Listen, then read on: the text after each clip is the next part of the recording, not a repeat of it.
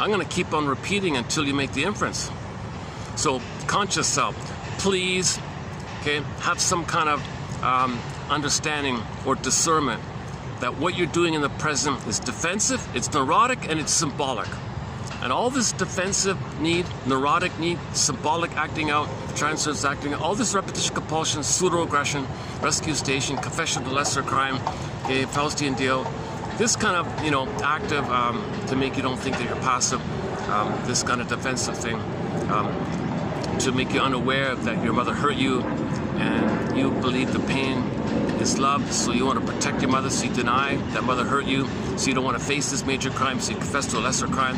That's a defensive need. That's a defensive acting out. It's a defensive maneuver. That's a defensive activity.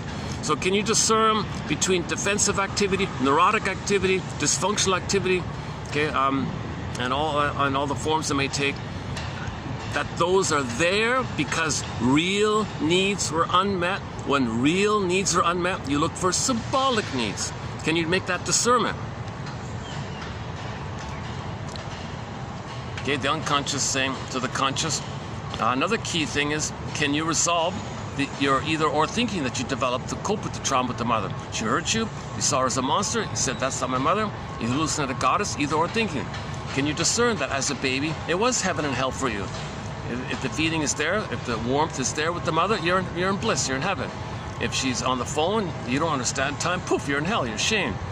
You understand that as a baby, you couldn't understand ambivalence. You couldn't tolerate that the same mother who's sometimes satisfying and loving, that the same woman is rejecting and hurting you. The same woman's doing this. You couldn't understand that.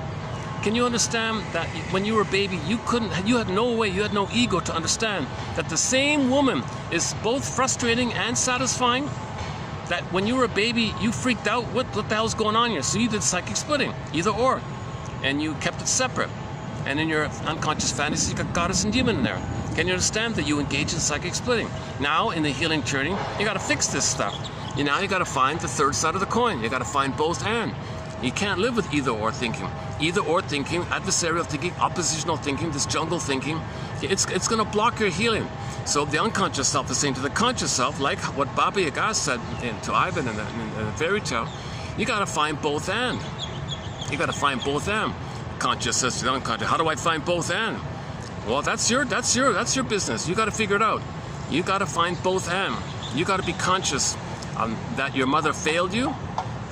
Okay, and you got to have some kind of reality that you did engage in psychic splitting in response to mother failing you. So you created heaven and hell in your mind, goddess and demon.